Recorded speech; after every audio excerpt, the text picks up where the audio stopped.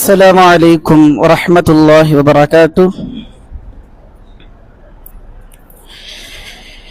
الحمد لله رب العالمين، الصلاة والسلام على رسوله خاتم النبيين وعلى آله الطيبين وأصحابه الطاهرين والمؤمنين والمسلمين كلهم أجمعين، أما بعد. فقد قال الله تعالى في القرآن الكريم والفرقان المجيد تعظيما وتكريما ومخبرا وآمرا: أعوذ بالله من الشيطان الرجيم، بسم الله الرحمن الرحيم. إن الله وملائكته يصلون على النبي يا أيها الذين آمنوا صلوا عليه وسلموا تسليما. اللهم صل على سيدنا محمد النبي الأمي وعلى أبويه وآله وصحبه وسلم صلاة وسلاما دائما عليك يا سيدي يا حبيبي يا رسول الله صلى الله عليه وسلم. وقال تعالى في آية أخرى: وَلَنَبْلُوَنَّكُمْ بِشَيْءٍ مِّنَ الْخَوْفِ وَالْجُوعِ وَنَقْصٍ مِّنَ الْأَمْوَالِ وَالْأَنفُسِ وَالثَّمَرَاتِ وَبَشِّرِ الصَّابِرِينَ. وقال نبينا صلى الله عليه وسلم: إنما الأعمال بالنيات وإنما لامرئ ما نوى. اللهم رب اشرح لي صدري ويسر لي أمري واحلل عقدة من لساني يفقهوا قولي. يا رب بالمصطفى بلغ مقاصدنا واسمح لنا ما مضى يا واسع الكرم. புகழனைத்தும் நம்மை எல்லாம் படைத்து பரிபாலிக்கின்ற எல்லாம் வல்ல அல்லாஹ் ஒருவனுக்கே உரித்தாகட்டுமாக. ஸலாத்தும் ஸலாமும் கண்மணி நாயகம் முஹம்மது முஸ்தபா ரசூலுல்லாஹி ஸல்லல்லாஹு அலைஹி வஸல்லம் அன்னவர்கள் மீதும், அன்னவர்களை அப்படியே பின்பற்றிய சத்திய சஹாபாக்கள், தாபிஈன்கள், தபஅ தாபிஈன்கள், நாதாக்கள், நல்லடியார்கள், குறிப்பாக நம் அனைவர் மீதும் குறைவின்றி நிறைவாக என்றென்றும் நிலவட்டுமாக. ஆமீன். கண்ணியத்திற்குரிய அல்லாஹ் நல்லடியார்களே, பொள்ளாச்சி சுன்னத் ஜமாத் தக்கினி ஜாமியா மஸ்ஜித் நிர்வாகம் மற்றும் பொள்ளாச்சி வட்டார ஜமாஅத்துல் உலமா சபை இணைந்து பெரும்பான்மையான பகுதிகளில் இது குறித்த மேடைகள், அரங்கங்கள் எங்கும் ஏற்படுத்தப்படாத ஒரு காலகட்டத்தில் கர்பலா ஒரு நினைவூட்டல் மற்றும் அஹ்லு பைத்துகளுடைய சிறப்பு, அதனால் நாம் பெறுகிற சிறப்பு, மேன்மை, பாக்கியங்கள் இவைகள் குறித்து ஒரு நல்லதொரு மேடையை இவ்விரு அங்கமும் நமக்கு உருவாக்கி கொடுத்திருக்கின்றது. அல்ஹம்துலில்லாஹ். குறிப்பாக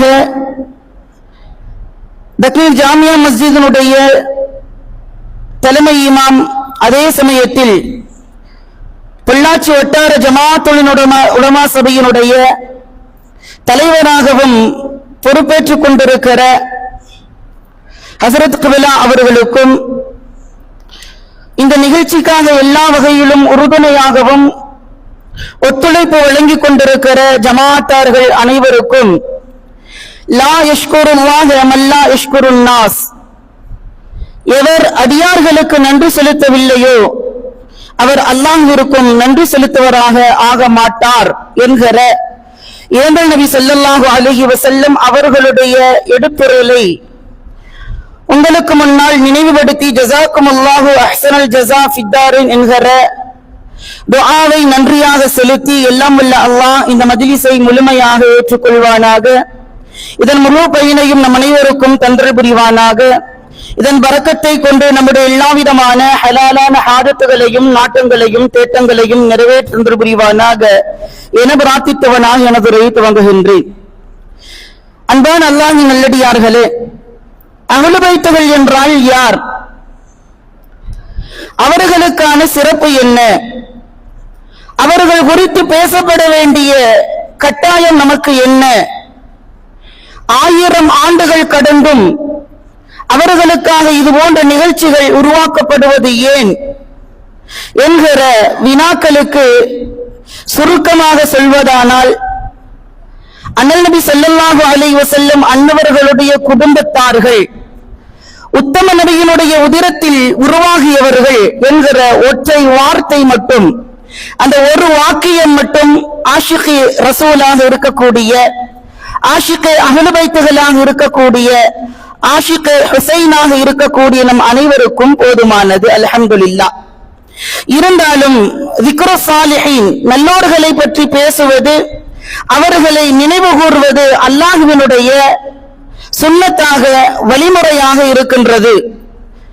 அவர்களை பற்றி பேசுவது அண்ணன் பெருமானார் ஸல்லல்லாஹு அலைஹி வஸல்லம் அவர்களுடைய வழிமுறையாக இருந்து கொண்டிருக்கிறது. எனவே அவ்விருவர்களுடைய சுன்னத்தை கடைபிடிக்க வேண்டும் என்பதற்காக நமக்கு வல்லோன் அல்லாஹ் இந்த பாக்கியத்தை வழங்கி இருக்கின்றான். அன்பானவர்களே, அஹ்லு பைத்துகள் என்றால் யாரையெல்லாம் குறிக்கும்? ஹஜ்ரத் அலி ரலியல்லாஹு தஆலா அன்ஹு, ஃபாத்திமா ரலியல்லாஹு தஆலா அன்ஹா, ஹசன் ரலியல்லாஹு தஆலா அன்ஹு, ஹுசைன் ரலியல்லாஹு தஆலா அன்ஹு, அதற்கு பிறகு அவர்கள் மூலம் கியாமத் வரைக்கும் உருவாகக்கூடிய அவர்களுடைய வழித்தோன்றல்கள், இவர்கள்தான் அஹ்லு பைத்துகள்.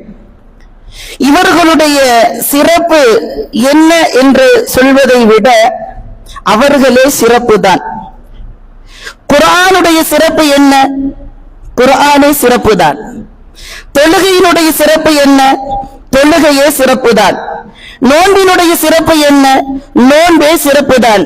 இப்படி ஒவ்வொரு விஷயமும் அது சிறப்பாக இருக்கின்ற பொழுது அதனை பற்றி விவரித்து பேச வேண்டிய கட்டாயம் யாருக்கும் ஏற்படாது. வேண்டுமானால் அவைகளை நாம் பேசுகிற பொழுது நமக்கான சிறப்பு உயர்கிறது. தொழுகை, அதை பற்றி பேசினால் அந்த தொழுகையை நாம் சரியாக நியமமாக கடைபிடித்தால் நாம் சிறப்புக்குரியவர்களாக ஆவோம். நோன்பு, அதனை நாம் சரியாக கடைபிடித்தால் நாம் சிறப்புக்குரியவர்களாக ஆகுவோம். அதுபோலத்தான் அஹ்லு பைத்துகளை பற்றி அவர்களுடைய சிறப்பு கியாமத்து வரைக்கும், ஏன் கியாமத்திலும் கூட மஹ்ஷரிலும் கூட வல்லோன் அல்லாஹ்விடத்தில் உயர்வானதாகத்தான் இருந்து கொண்டிருக்கிறது. கண்ணியத்திற்குரியவர்களே, ஒன்றை நான் உங்களுக்கு சொல்லுவேன். ஹஜ்ரத் ஆதம் அலைஹிஸ்ஸலாம் அவர்கள் முதற்கொண்டு பெருமானார் ஸல்லல்லாஹு அலைஹி வஸல்லம் அவர்கள் வரைக்கும் வந்த அத்துணை நபிமார்களும் அல்லாஹ் எதை சொன்னானோ அதனை செய்தார்கள், மக்களுக்கு எடுத்துரைத்தார்கள், ஷரியத்தை நிலைநாட்டினார்கள். அவர்கள் செய்த இந்த சேவைக்கு, இந்த பணிக்கு யாரும் யாரிடத்திலும் கூலியை கேட்கவில்லை, கொடுக்கவும் இல்லை, எதிர்பார்க்கவும் இல்லை. வல்லோன் அல்லாஹ் குர்ஆனில் அவருடைய வார்த்தை இப்படி பதிவு செய்வான், வமா அஸ்அலுக்கும் அலைஹி மின் அஜ்ர் இன் அஜ்ரிய இல்லா அலா ரப்பில் ஆலமீன். நான் உங்களுக்காக செய்த இந்த சேவைக்கு உங்களிடமிருந்து நான் எதையும் எதிர்பார்க்கவில்லை, கூலியை நான் எதிர்பார்க்கவில்லை, அல்லாஹ்விடம் மட்டுமே தான் நான் எதிர்பார்க்கிறேன் என்று எல்லா நபிமார்களும் சொன்னார்கள். ஆனால் அண்ணல் பெருமானார் ஸல்லல்லாஹு அலைஹி வஸல்லம் அவர்கள் என்ன சொன்னார்கள் தெரியுமா? குல், அல்லாஹ் சொல்கிறான், நபியே நீங்க சொல்லுங்க, லா அஸ்அலுக்கும் அலைஹி அஜ்ரா இல்லல் மவத்தத ஃபில் குர்பா. நான் செய்கின்ற இந்த பணிக்கு, நான் செய்கின்ற இந்த சேவைக்கு உங்களிடமிருந்து நான் எதையும் எதிர்பார்க்கவில்லை, ஒன்றை மட்டும் நான் கேட்கிறேன், என்னுடைய குடும்பத்தை நீங்கள் நேசியுங்கள். அல்லாஹு அக்பர். மற்ற நபிமார்களும் சொன்னார்கள், நான் எதுவும் கேட்கவில்லை, எதுவும் எனக்கு வேண்டாம். ஆனால் பெருமானார் சொல்லுகிற வார்த்தை என்ன? இந்த உலகமும் உலகம் சார்ந்த விஷயமும் எனக்கு வேண்டாம், மறுமையும் மறுமையை சார்ந்த விஷயமும் எனக்கு வேண்டாம், என்னுடைய குடும்பத்தை நீங்கள் நேசியுங்கள், நான் செய்த பணிக்கு, நான் செய்த சேவைக்கு அது மட்டுமே தான் கைமாறு என்று பெருமானார் ஸல்லல்லாஹு அலைஹி வஸல்லம் அவர்கள் சொன்னார்கள். இன்னும் சொல்வதானால் ஏந்தல் நபி ஸல்லல்லாஹு அலைஹி வஸல்லம் அன்னவர்கள் யாரிடத்திலும் எதையும் எதிர்பார்க்காதவர்கள், எல்லாம் அவர்கள் தான் கொடுக்கிறார்கள். புகாரியிலே பதிவு செய்யப்பட்ட ஒரு ஹதீஸ், இன்னமா அன காசிம் வல்லாஹு யுஅதி. இந்த உலகில் மனிதர்களுக்கு எல்லாம் கொடுப்பது அல்லாஹ்தான், ஆனால் அதனை பங்கீடு செய்பவன் நான் என்று பெருமானார் சொல்கிறார்கள். உலகம் தோன்றியதிலிருந்து உலகம் அழியும் வரைக்கும் அல்லாஹ்தான் கொடுக்கிறான். இதில் மாற்று கருத்து உண்டா? சொத்து, சுகம், மனைவி, மக்கள், வியாபாரம், அதில் ஏற்படுகின்ற லாபங்கள் எல்லாம் இறைவன் தான் கொடுக்கிறான். ஆனால் யாருக்கு எவ்வளவு கொடுக்க வேண்டும் என்கிற அந்த ஒரு பொறுப்பை, பங்கீடு செய்கின்ற பொறுப்பை அல்லாஹ் எனக்கு கொடுத்திருக்கிறான் என்று பெருமானார் ஸல்லல்லாஹு அலைஹி வஸல்லம் அவர்கள் சொன்னார்கள். எனவே யாரிடத்திலும் எதையும் எதிர்பார்த்து இருக்க வேண்டிய அவசியம் அண்ணல் பெருமானார் ஸல்லல்லாஹு அலைஹி வஸல்லம் அவர்களுக்கு கிடையாது. இருந்தாலும் அவர்கள் குடும்பத்தை நேசியுங்கள் என்று சொன்னார்களே, இதுவும் கூட அவர்களாக கேட்கவில்லை. இந்த ஆயத்தை ஆழமாக ஆராய்ந்து பார்த்தால் தெரியும். இறைவன் சொல்கிறான், இந்த வாக்கியத்தினுடைய ஆரம்பம் குல், நபியே நீங்க சொல்லுங்க, நான் சொல்றேன் நீங்க சொல்லுங்க. நீங்களா போய் சொல்லுங்கிற அவசியம் இல்ல. யாருக்கும் எதையும் கேட்க வேண்டிய கட்டாயம் உங்களுக்கு கிடையாது. எல்லோருக்கும் நீங்கள் தான் கொடுத்துக் கொண்டிருக்கிறீர்கள். அப்படி இருக்க நீங்கள் ஏன் கேட்க வேண்டும்? ஆனால் நான் சொல்கிறேன். அப்படி என்றால் இதில் என்ன பொருள்? பெருமானாருடைய விருப்பத்தை விட அல்லாஹ்வினுடைய விருப்பம் எப்படி இருக்கிறது? அஹ்லுல் பைத்துகள் மீது அண்ணல் பெருமானார் ஸல்லல்லாஹு அலைஹி வஸல்லம் அவர்களை நேசிப்பது அல்லாஹ்வினுடைய விருப்பம். அதனால்தான் இமாம் ஷாஃபிஈ ரஹ்மத்துல்லாஹ் அன்னவர்கள் சொல்லுவார்கள், யா ஆல பைத்தி ரசூலில்லாஹ், அல்லாஹ்வினுடைய தூதரின் குடும்பமே, ஹுப்புக்கும் ஃபர்தும் மினல்லாஹி ஃபில் குர்ஆன், உங்கள் மீது நேசம் வைப்பது குர்ஆனின் மூலமாக அல்லாஹ் கடமையாக ஆக்கியிருக்கின்றார். ஃபர்து அப்படின்னா முதல் ஸ்டேஜ், கடமையில ஃபர்ஸ்ட் ஸ்டேஜ். செகண்ட் ஸ்டேஜ் வாஜிபு இல்லையா? வாஜிபுன்னு கூட பயன்படுத்தல இமாம் ஷாஃபிஈ ரஹ்மத்துல்லாஹ். என்ன சொல்றாங்க? உங்கள் மீது நேசிப்பது குர்ஆனின் மூலமாக அல்லாஹ் ஏற்படுத்திய கடமை.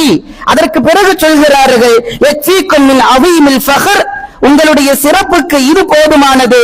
அன்னக்கும் மன்னம் யுஸல்லி அலைக்கும் லா ஸலாத லஹு, யார் தொழுகையில் உங்கள் மீது ஸலவாத் ஓதவில்லையோ, மற்ற நேரங்களில் அல்ல, தொழுகையில் உங்கள் மீது யார் ஸலவாத் ஓதவில்லையோ அவர்களுடைய தொழுகை முழுமை பெறாது என்று இமாம் ஷாஃபிஈ ரஹ்மத்துல்லாஹ் அவர்கள் இந்த ஒரு சிறப்பு உங்களுக்கு போதுமானது என்று சொல்லுகிறார்கள். என்றால் இறைவன் நமக்கு கடமையாக்கி கொடுத்திருப்பது தொழுகை மட்டுமல்ல, நாம் விளங்கி இருப்பதை போன்று நோன்பு மட்டுமல்ல, ஜகாத் மட்டுமல்ல, ஹஜ் மட்டுமல்ல, பெருமானாரை விரும்புவதும் பெருமானாருடைய குடும்பத்தை விரும்புவதும் நேசிப்பதும் காதல் கொள்வதும் கடமை இறைவன் மூலமாக கட்டாயமாக ஆக்கப்பட்டிருக்கிறது. அதனால் தான் அல்லாஹ் சொன்னான், குல் நபியே நீங்க சொல்லுங்க, நான் சொன்னதாக லா அஸ்அலுக்கும் அலைஹி அஜ்ரா, நான் எந்த கூலியையும் எந்த எதிர்பார்ப்பும் உங்களிடத்தில் கேட்கவில்லை, வைக்கவில்லை. இல்லை மவத்தத ஃபில் குர்பா, என் குடும்பத்தை நீங்கள் நேசிப்பதை தவிர என்று நீங்கள் கேளுங்கள் என்று பெருமானார் ஸல்லல்லாஹு அலைஹி வஸல்லம் அவர்களுக்கு அல்லாஹ் கட்டளையிடுகிறார். கண்ணியத்திற்குரியவர்களே, பொதுவாக எந்த ஒரு வார்த்தையாக இருந்தாலும் பெருமானாரிடம் இருந்து வந்தாலும் சரி, அல்லாஹ்விடம் இருந்து வந்தாலும் சரி, அந்த வார்த்தைகளுக்கு வாழ்க்கை கொடுப்பதில் முதல் நபராக இருப்பவர் யார் தெரியுமா? ஹஜ்ரத் அபூபக்கர் சித்தீக் ரலியல்லாஹு தஆலா. அதனால் தான் அவர்களுக்கு சித்தீக் என்கிற பெயரும் கூட வந்தது. பெருமானார் எதை சொன்னாலும் உண்மை என்று ஏற்றுக்கொள்வார்கள். பிறகு என்ன என்றாலும் சொல்லிக் கொள்ளட்டும், என்னுடைய தோழர் அல்லாஹ்வின் தூதர் எது சொன்னாலும் அது சத்தியம்தான் என்கிற உண்மைப்படுத்துவதில் அபூபக்கர் ரலியல்லாஹு தஆலா அவர்கள் முதன்மையானவர்களாக இருந்தார்கள். அவங்க சொல்லுவாங்க, இந்த வசனம் இறங்கியதற்கு பிறகு, வல்லதி நஃப்ஸி பியதிஹி, என் உயிர் எவனுடைய கை வசத்தில் இருக்கிறதோ அந்த அல்லாஹ்வின் மீது சத்தியமாக சொல்கிறேன், லகராபத் ரசூலில்லாஹி ஸல்லல்லாஹு அலைஹி வஸல்லம் அஹப்ப இலைய அன் அஸில மின் கராபதி, என்னுடைய குடும்பத்தோடு நான் சேர்ந்து வாழ்வதை விட, என்னுடைய குடும்பத்தை நான் நேசிப்பதை விட, பெருமானார் ஸல்லல்லாஹு அலைஹி வஸல்லம் அவர்களுடைய குடும்பத்தோடு நான் சேர்வதுதான் எனக்கு விருப்பமானது, அவர்களை நான் நேசிப்பதுதான் எனக்கு விருப்பமானது என்று இந்த வசனம் இறங்கியவுடன் இந்த வாக்கியத்திற்கு வாழ்க்கை கொடுத்தார்கள் ஹஜ்ரத் அபூபக்கர் சித்தீக் ரலியல்லாஹு தஆலா அன்ஹு.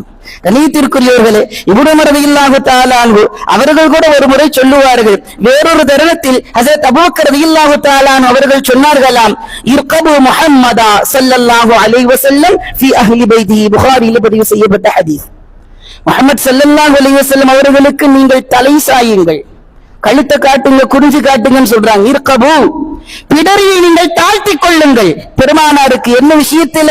ஃபி அஹ்லி பைத்திஹி, அவருடைய குடும்பத்தாருடைய விஷயத்தில், அவருடைய குடும்ப விஷயத்தில் நாயகம் ஸல்லல்லாஹு அலைஹி வஸல்லம் அவர்கள் என்ன சொன்னார்களோ அதற்கு சற்றும் சருகாமல் அதனை ஏற்றுக்கொள்ளுங்கள் என்று ஹஜ்ரத் அபூபக்கர் ரலியல்லாஹு தஆலா அன்ஹு அவர்கள் சொன்னார்கள். என்றால் சஹாபாக்கள் எல்லாம் பெருமானார் ஸல்லல்லாஹு அலைஹி வஸல்லம் அவர்கள் மீது உயர்வான அன்பும் பாசமும் நேசமும் கொண்ட காரணத்தினால்தான் இன்று வரைக்கும் அவர்கள் ரலியல்லாஹு அன்ஹு, இன்று வரைக்கும் மட்டுமல்ல என்றென்றும் கியாமத்து வரைக்கும் ரலியல்லாஹு தஆலா அன்ஹு என்கிற துஆவை பெற்றுக் கொண்டே இருக்கிறார்கள்.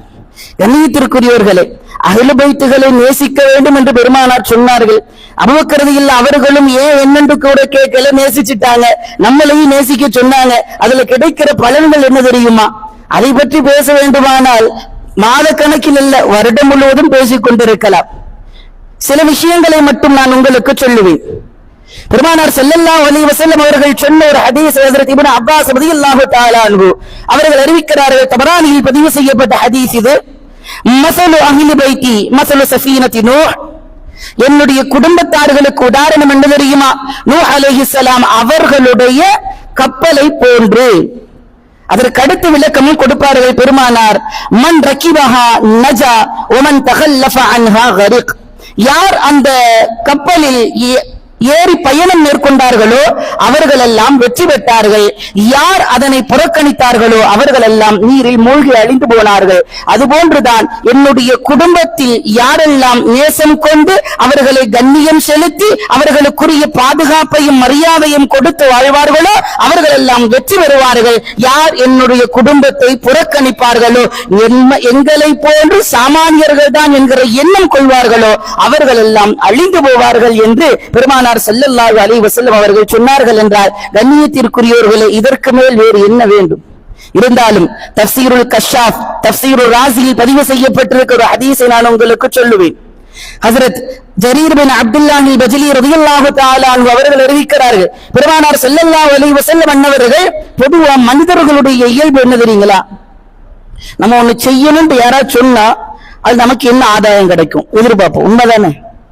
அம்மா இல்லை, இதான் மறுக்க முடியுமா? நம்ம பெற்றெடுத்த பிள்ளைகளே இருக்கட்டுமே, கடைக்கு போன்னு சொல்லுவோம், போயிட்டு வருமா அந்த குழந்தை கேட்கமா, நான் ஒரே ஒரு சாக்லேட் வாங்கிட்டுமா, ஒரு 2 ரூபா மட்டும் எடுத்துக்கிட்டுமா, ஒரு 5 ரூபா மட்டும் எடுத்துக்கிட்டுமா, ஒரு 5 ஸ்டார் வாங்கி லேஸ் வாங்கிக்கிட்டுமா, கேட்பாங்களா கேட்க மாட்டாங்களா? நம்மளே கேட்டிருப்போம், நம்ம அத்தா அம்மா கேட்டோம் இல்லையா? நம்ம பெத்த பிள்ளைகள் நம்ம சொல்ற வேலையை செய்யும் பொழுது கூட அவர்களுக்கு ஒரு எதிர்பார்ப்பு இருக்கும்.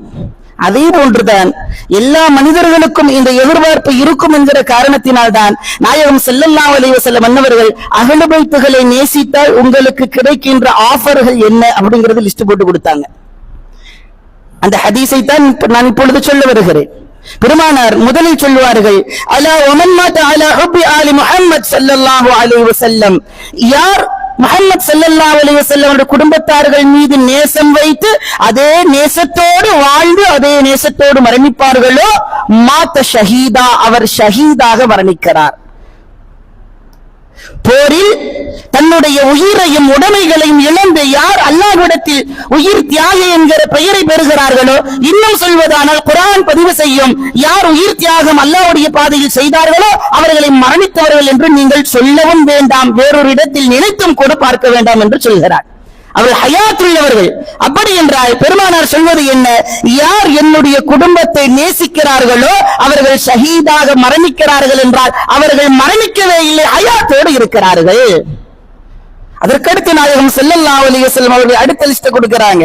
அலா வமன் மாத அலா ஹுப்பி ஆலி முஹம்மத் ஸல்லல்லாஹு அலைஹி வஸல்லம் மாத மக்ஃபூரன் லஹு, யார் முஹம்மத் ஸல்லல்லாஹு அலைஹி வஸல்லம் அவருடைய குடும்பத்தார்கள் மீது நேசம் கொண்டு வாழ்ந்து மரணிக்கிறார்களோ அவர்களுடைய அத்துணை பாவங்களும் மன்னிக்கப்பட்ட நிலையில் அவர்கள் மரணிக்கிறார்கள்.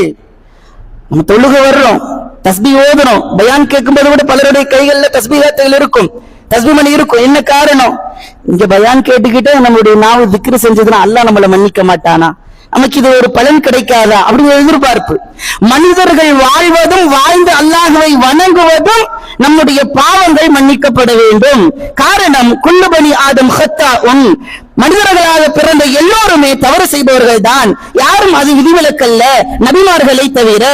எனவே நாம் சாமானிய மனிதர்கள் பாவம் ஏதேனும் ஒரு வகையில் செய்து கொண்டே இருப்போம், ஆனால் அதற்கான மன்னிப்பையும் எதிர்பார்த்து கொண்டே இருப்போம். அதற்கு சிம்பிளான ஒரு வேவ ரசூலுல்லாஹ் சொல்றாங்க, நீங்க என்னுடைய குடும்பத்தின் மீது நேசம் கொண்டால் மாத்த மக்ஃபூரன் லஹு, எல்லா பாவங்களும் மன்னிக்கப்பட்ட நிலையில் தான் நீங்கள் மரணிப்பீர்கள் என்று பெருமானார் ஸல்லல்லாஹு அலைஹி வஸல்லம் அவர்கள் இரண்டாவது அதிரடி ஆஃபர் கொடுக்கிறாங்க. மூன்றாவது நாயகம் ஸல்லல்லாஹு அலைஹி வஸல்லம் சொல்கிறார்கள், அலா வமன் மாத அலா ஹுப்பி ஆலி முஹம்மத் மாத தாயிபா, யார் என்னுடைய குடும்பத்தின் மீது நேசம் கொண்டு வாழ்ந்து மரணிப்பார்களோ அவர்கள் தௌபா அங்கீகரிக்கப்பட்ட நிலையில் தான் மரணிக்கிறார்கள். நான்காவது நாயகம் ஸல்லல்லாஹு அலைஹி வஸல்லம் அவர்கள் சொல்கிறார்கள், அலா வமன் மாத அலா ஹுப்பி ஆலி முஹம்மத் மாத முஃமினன் முஸ்தக்மிலல் ஈமான், அவர் முஃமினாக, எல்லோரும் முஃமின் சொல்லுவோம் இல்லையா? நீ யாரு? முஸ்லிம். நீ யாரு? முஃமின் சொல்லுவோம். ஆனா நம்முடைய இஸ்லாம் நமக்கு பரிபூரணமாக இருக்கிறதா? கேள்விக்குறி. நம்முடைய ஈமான் நமக்கு பரிபூரணமாக இருக்கிறதா? கேள்விக்குறி. நாயகம் சொல்கிறார்கள், என்னுடைய குடும்பத்தின் மீது உங்களுக்கு நேசம் முழுமையாக இருந்தால் ஈமான் முழுமை பெற்ற நிலையில் தான் நீங்கள் மரணிப்பீர்கள், உங்களுடைய ஈமானில் எந்த குறையும் இருக்காது என்று நாயகம் ஸல்லல்லாஹு அலைஹி வஸல்லம் சொல்கிறார்கள். ஐந்தாவதாக அண்ணலம் பெருமானார் ஸல்லல்லாஹு அலைஹி வஸல்லம் சொல்கிறார்கள், அலா வமன் மாத அலா ஹுப்பி ஆலி முஹம்மத் பஷரஹு மலக்குல் மௌத் பில் ஜன்னah, யார் முஹம்மத் ஸல்லல்லாஹு அலைஹி வஸல்லம் குடும்பத்தார்கள் மீது நேசம் கொண்டு வாழ்ந்து மரணிப்பார்களோ அவர்களுக்கு மலக்குல் மௌத் வருகிற பொழுது, இஸ்ராயீல் அலைஹிஸ்ஸலாம் வருகிற பொழுது சொர்க்கத்தை கொண்டு நன்மாராயம் சொல்லிட்டு தான் வருவாங்களாம். இஸ்ராயீல் அலைஹிஸ்ஸலாம் அப்படின்னாலே நமக்கெல்லாம் செருக்காயிரும் இல்லையா? கொஞ்சம் வண்டி யாரா கொஞ்சம் ஸ்பீடா ஓட்டிட்டா போதும், எப்ப பக்கத்துல இஸ்ராயேல் இருக்கிற மாதிரியே இருக்குது சொல்லுவோமா இல்லையா? இஸ்ராயில் அது அந்த பேரை யாராவது வச்சிருக்கிறோமா? நல்ல பேரு தான், மலக்குடைய பேரு ஜிப்ரீல் கூட இருக்கு, மீகாயில் கூட இருக்கு. இஸ்ராயல்ங்கிற பேர் எங்கேயாவது வச்சிருக்கிறோமா? காரணம் அவங்க பேரை கேட்டாலே நமக்கு ஒரு பயம். அவங்க வர்றப்போ அப்படித்தான் வருவாங்க. நல்லவர்களாக இருந்தால் அழகிய தோற்றத்துல வருவாங்க, தீயவர்களாக இருந்தால் பார்க்க முடியாத அளவிற்கு மிக பயங்கரமான ஒரு கோர முகத்தோடு தான் அவர்கள் வருவார்கள் என்று ஹதீஸ் பதிவு செய்திருக்கிறது. ஆனால் பெருமானார் ஸல்லல்லாஹு அலைஹி வஸல்லம் அவர்கள் மீது முஹப்பத் வைத்து யார் வாழ்ந்து மரணிக்கிறார்களோ அவர்களுக்கு சொர்க்கத்தினுடைய நன்மாராயத்தை சொல்லிக் கொண்டே வருவார்கள். என்ன பார்த்து நீங்க பயப்பட வேண்டாம், ஹாப்பியா நீங்க மௌத்தா போகலாம், ஜாலியா மௌத்தா போகலாம். காரணம் அங்க போய் உங்களுக்கு எந்த கஷ்டம் இல்ல, நீங்க டைரக்டா சொர்க்கம் தான் போக போறீங்க அப்படின்னு அவங்க வருவாங்களாம். அதற்கடுத்து முன்கர் நக்கீர், முன்கர் நக்கீர் கபரில் போன பொழுது அவர்களுக்கு சொர்க்கத்தினுடைய நன்மாராயத்தை சொல்லி நிம்மதியா தூங்குங்கன்னு சொல்லுவாங்க. ஆறாவதா நாயகம் ஸல்லல்லாஹு அலைஹி வஸல்லம் சொல்கிறார்கள், அலா வமன் மாத அலா ஹுப்பி ஆலி முஹம்மத் யுஸஃப் இலல் ஜன்னதி கமா துஸஃப் அரூஸ் இலா பைத்தி ஜௌஜிஹா, யார் முஹம்மது ஸல்லல்லாஹு அலைஹி வஸல்லம் குடும்பத்தார்கள் மீது நேசம் கொண்டு வாழ்ந்து மரணிக்கிறார்களோ அவர்கள் எப்படி ஒரு மாப்பிள்ளை, புது மாப்பிள்ளை, பழைய மாப்பிள்ளை பத்தி சொல்லல. ஏன்னா இன்னைக்கெல்லாம் மாமனார் வீட்டுக்கு போய் நமக்கு மதிப்பு இருக்குமாண்டே தெரியாது, அந்த லெவலுக்கு நம்மளும் இருப்போம் அவங்களும் இருப்பாங்க இல்லையா? புது மாப்பிள்ளையா போறோம் அப்படின்டா அந்த இடத்துல மரியாதையே வேற இல்லையா? நம்மளால நடக்க வார்த்தையே முழுசா வராது, அந்த அளவுக்கு இருக்கும்.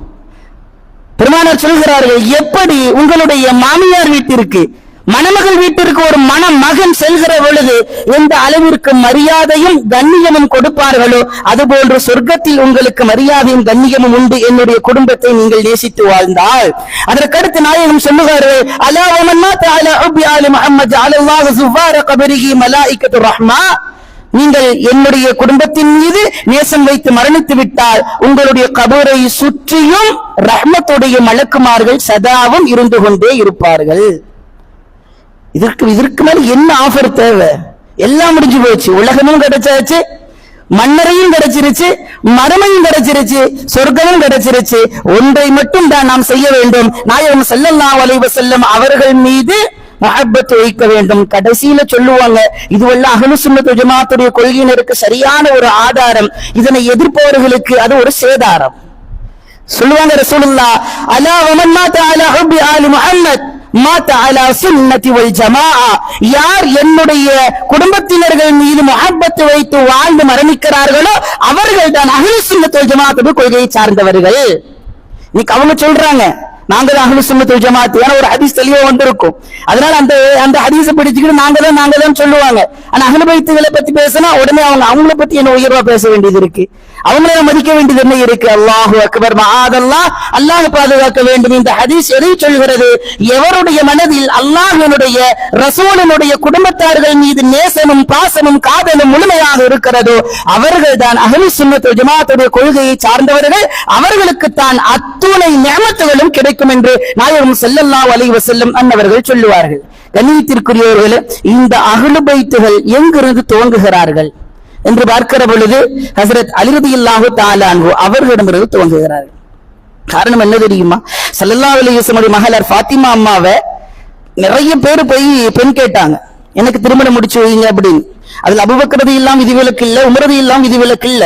ரசூலுல்லாஹ் யாருக்குமே பதில் சொல்லல. வாலிப பருவத்தில் இருக்கக்கூடிய அலி ரலியல்லாஹு தஆலா அன்ஹு நண்பர்களோட கொஞ்சம் விளையாண்டு இருக்காங்க. அந்த சமயத்தில் யாராரா போய் கேட்டாங்கப்பா, இப்போ நீயும் போய் கொஞ்சம் கேட்டு பாரு, கிடைச்சா நல்லது தானே போ அப்படின்னு சொல்லி ஃப்ரெண்ட்ஸ் எல்லாம் தூண்டி விட்டுறாங்க. சரி அப்படின்னு சொல்லிட்டு அலி ரலியல்லாஹு ரசூலுல்லாஹ்வுக்கு முன்னாடி போய் மண்டி போட்டு அமர்ந்து அப்படியே தலையை மெதுவா அப்படி சொரிஞ்சுக்கிட்டே உட்கார்ந்து இருக்கிறாங்க. ரசூலுல்லாஹ் கேட்கிறாங்க, என்ன விஷயம், என்னாச்சு? இல்ல ரசூலுல்லாஹ் சொல்லு என்னாச்சு. இல்ல அது அப்படி தயங்குறாங்க. காரணம், பெருமானாரிடத்தில் அவர்கள் மகளை எப்படி பெண் கேட்பது? இருந்தாலும் அவர்கள் கிடைத்து விட்டால் அதை விட சிறந்த வாக்கியம் வேறு யாருக்கும் கிடையாது. அதனால ஒரு வாய்ப்பு பயன்படுத்தி பார்க்கலாமே அப்படின்னு போய் கேட்கிறாங்க. இந்த மாதிரி உங்களுடைய மகள் ஃபாத்திமா அம்மாவை எனக்கு திருமணம் முடிச்சு வைக்கணும். ரசூலுல்லாஹ் எந்த எதிர்ப்பும் மறுப்பும் சொல்லாமல் உடனடியாக சொன்னார்கள், அஹ்லன் வ ஸஹலா, வெல்கம் அப்படின்னு சொல்றாங்க. கிதாபில் பதிவு செய்யப்படுகிறது, அரபு உலகத்திலேயே முதலாக அஹ்லன் வ ஸஹலா என்கிற வார்த்தை அன்றுதான் நபி ஸல்லல்லாஹு அலைஹி வஸல்லம் அவர்களால் முதலாக பயன்படுத்தப்பட்டது. வெளியே வர்றாங்க, ஃப்ரெண்ட்ஸ் கேட்கிறாங்க, இந்த ரசூலுல்லாஹ் என்ன சொன்னாங்க? உடனே அவங்க சொல்றாங்க, அஹ்லன் வ ஸஹலான்னு சொன்னாங்க. சஹல்னு சொன்னாலே பெரிய விஷயம், இது அஹ்ல்னு வேற சொல்லிட்டாங்களா, இதுக்கு மேல என்ன பாக்கியம் வேண்டும்? பெருமானார் குடும்பத்தை சார்ந்தவர்கள் நீங்கள் என்று சொல்கிறார்கள். அவர்களுக்கு ஃபாத்திமா அம்மா அவர்களை திருமணம் முடித்துக் கொடுக்கிறார்கள். அவர்களுக்கு பிறந்தவர்கள் தான் ஹசன் ரலியல்லாஹு தஆலா அன்ஹு, ஹுசைன் ரலியல்லாஹு தஆலா அன்ஹு. இவங்களுடைய தனித்தனி சிறப்பு 8:45 முடிக்குன்னு சொல்லி இருக்கிறாங்க. அதனால அதற்குள்ள நம்ம முடிச்சாகணும். இவங்களுடைய சிறப்புகளை பற்றி சொல்வதானால் ஒவ்வொருவருக்கும் தனித்தனி சிறப்புகள் உண்டு. அதுல அலி ரலியல்லாஹு தஆலா ஒரு சிறப்பு என்ன தெரியுமா? நசீருல் மலாயிகாங்கிற ஒரு சிறப்பு உண்டு. பல சிறப்புகள்ல ஒண்ணு, மலக்குமார்களால் உதவப்பட்டவர்கள் என்று பொருள். அந்த பெயர் வந்ததற்கு காரணம் என்ன தெரியுமா? ஃபாத்திமாவை நிக்கா செஞ்சதுக்கு பிறகு வசதியான வாழ்க்கை அவங்க வாழல, வறுமையான வாழ்க்கையில தான் வாழ்ந்தாங்க. அப்ப ஃபாத்திமா அம்மா என்ன பண்றாங்க, வீட்டுல சாப்பாடு இல்ல, குழந்தைகள்ல பசியோட இருக்கிறாங்க அப்படிங்கிறதுக்காக தன்னுடைய பழைய ஆடை எடுத்து கொடுத்து இதை போய் மார்க்கெட்ல வித்துட்டு வாங்க, என்ன கிடைக்கும் அதுல பொருள் வாங்கிட்டு வாங்கன்னு சொல்றாங்க. இவங்க எடுத்துட்டு போறாங்க. 6 திர்ஹம் இல்ல தீனார்களுக்கு விற்பனை ஆகிறது.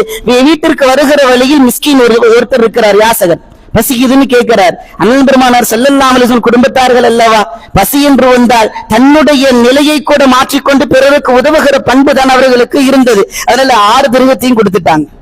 நம்மளா இருந்தா என்ன பண்ணுவோம், 1 கொடுத்துட்டு 5 வைப்போம், இல்ல 2 கொடுத்துட்டு 3 வைப்போம், இல்ல 3 கொடுத்துட்டு 3 வைப்போம், இப்படிதான் இருக்கும் இல்லையா? ஆனா இவங்க என்ன பண்றாங்க அப்படின்னா எல்லாத்தையும் கொடுத்துட்டு வர்றாங்க. அவங்களுக்கு வேற பயம், எல்லாத்தையும் கொடுத்துட்டோம்னா இப்ப போய் மனைவிட்டு நம்ம என்ன சொல்றது, போனா அவ்வளவுதான், நம்ம வாழ்க்கை முடிஞ்சது போல தெரியுது அப்படி அந்த பயத்தோட போய்கிட்டே இருக்கிறாங்க.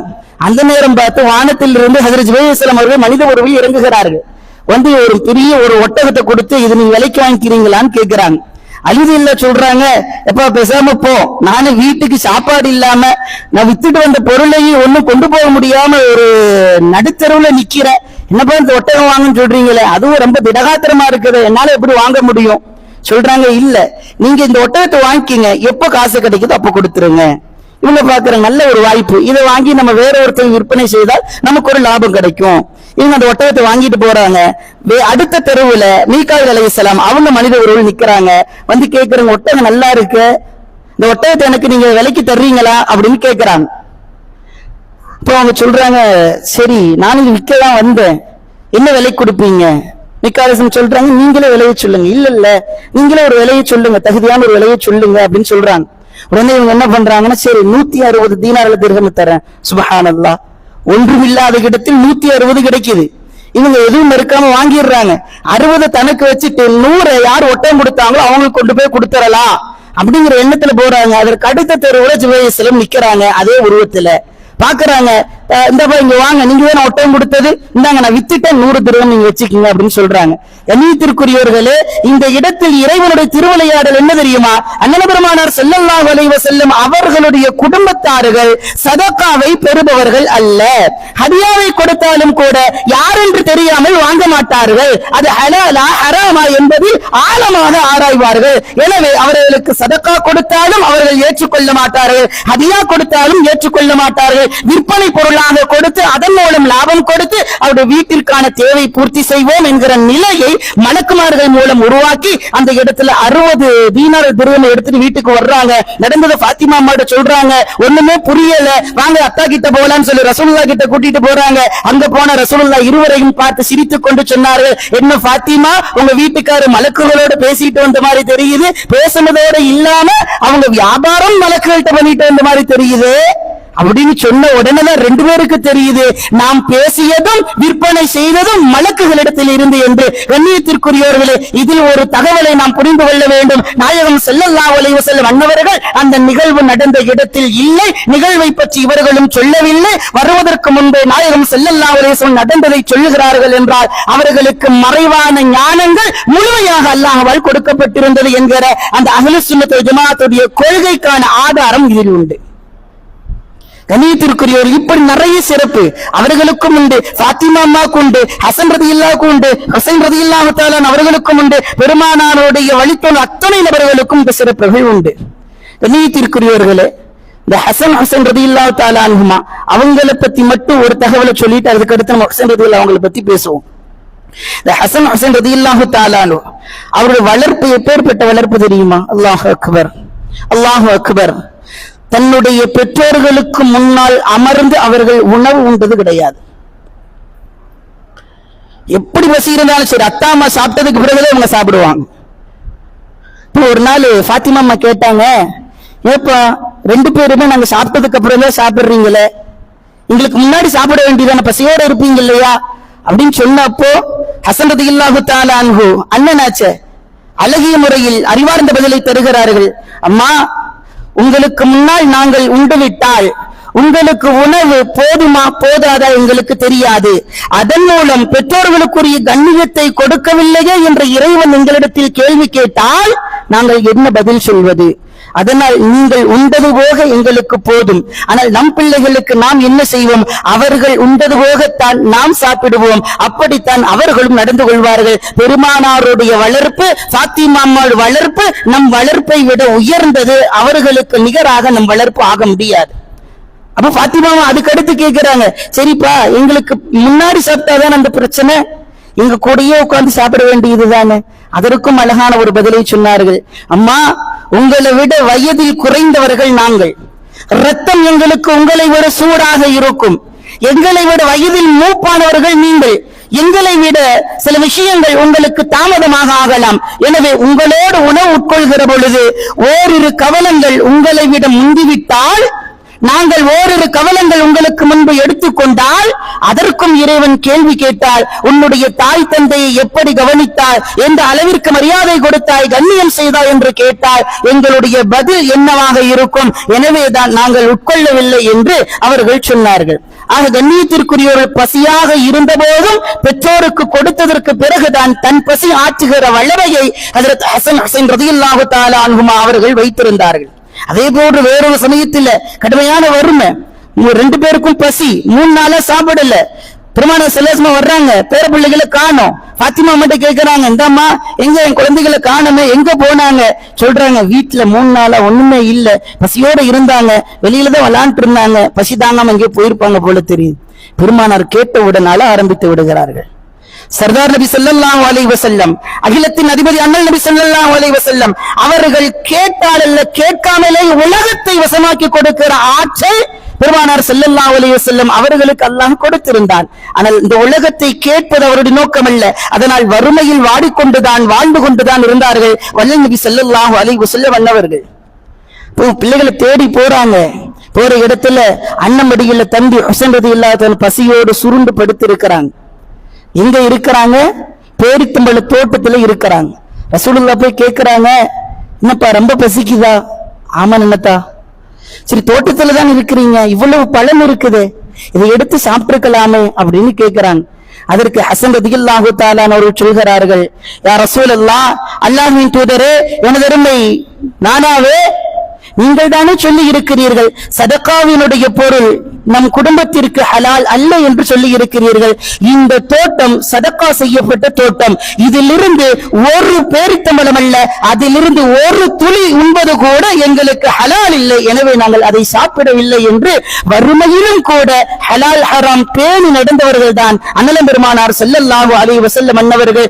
இவ்வளவு அறிவு சார்ந்து அவர்கள் வளர்கிறார்கள். வளர்கிற பொழுது நாயகம் ஸல்லல்லாஹு அலைஹி வஸல்லம் அன்னவர்கள் அவர்கள் மீது அளப்பெரிய பாசத்தை வைத்திருந்தார்கள். பெருமானார் ஸல்லல்லாஹு அலைஹி வஸல்லம் அன்னவர்கள் அவர்கள் மீது எந்த அளவுக்கு பாசம் வச்சாங்க அப்படிங்கிறதுக்கு ஒரே ஒரு ஹதீஸை மட்டும் நான் சொல்லுவேன். நாயகம் ஸல்லல்லாஹு அலைஹி வஸல்லம் அவர்களும் சஹாபாக்களும் ஒரு விருந்துக்காக போய்கிட்டு இருக்கிறாங்க. போன இடத்துல ஃபஇதல் ஹுசைன் யல்அபு ஃபி த்ரீக் மஅ ஸிபியான், குழந்தைகளோட ஹுசைன் ரலியல்லாஹு தஆலா அன்ஹு விளையாண்டுகிட்டு இருக்கிறாங்க. பார்த்த உடனே ஸல்லல்லாஹு அலைஹி வஸல்லம் அவங்க அஸ்ரஅன் நபியு அமாமல் கௌம், அந்த கூட்டத்துக்கு முன்னாடி ரசூலுல்லாஹ் தான் நபி என்பதை மறந்து தன்னுடைய பேர பிள்ளைகளுக்கு விளையாட்டு காட்ட வேண்டும் என்பதற்காக வேகமா ஓடுறாங்க.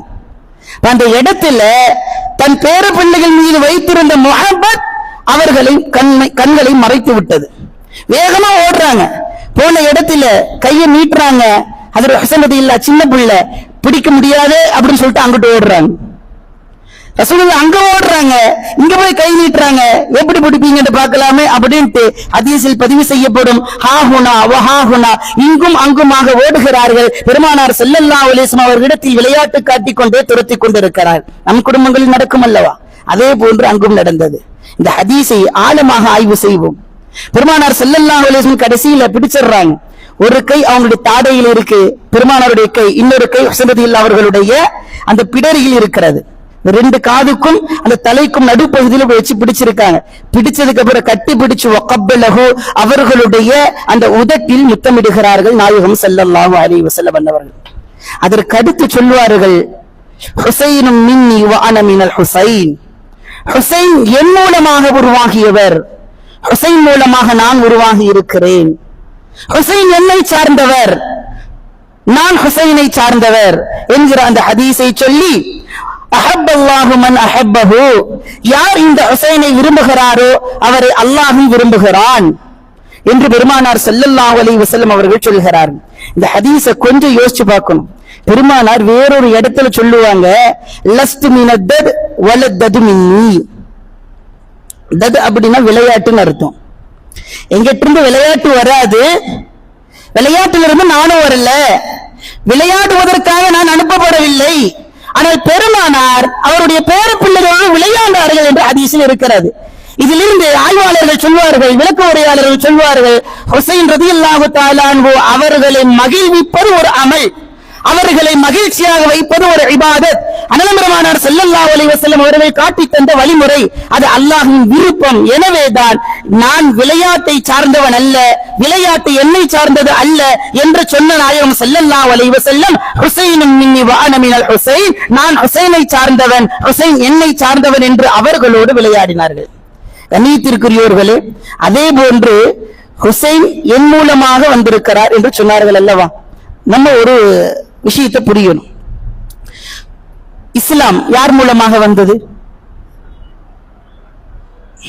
அல்ல தமிழ் புரியும் இல்லையா எல்லாருக்கும்? அல்ஹம்துலில்லாஹ். இஸ்லாம் யார் மூலமாக வந்தது? பதில் சொல்லலாம். நபிகள் நாயகம் ஸல்லல்லாஹு அலைஹி வஸல்லம் ரசூலுல்லாஹ் மூலமா வந்துச்சு. ஈமான் யார் மூலமா வந்தது? சுத்தமா சொல்லுங்களேன், அப்பதான் எனக்கும் போர் அடிக்காது. ஸல்லல்லாஹு அலைஹி வஸல்லம் அவங்க மூலமா வந்துச்சு. தொழுகை, நோன்பு, ஜகாத், ஹஜ், இஹ்சான், இபாதத், அமல், இன்னும் சொல்வதானால் அல்லாஹ்வும் கூட அண்ணலம் பெருமானார் ஸல்லல்லாஹு அலைஹி வஸல்லம் அவர்கள் மூலமாகத்தான் நமக்கு அறிமுகமானார்கள். பெருமானார் இல்லை என்றால் அல்லாஹ் யார் என்றே தெரிந்திருக்காது. ஹதீஸ்ல அப்படித்தான் பதிவு செய்யப்பட்டிருக்கிறது.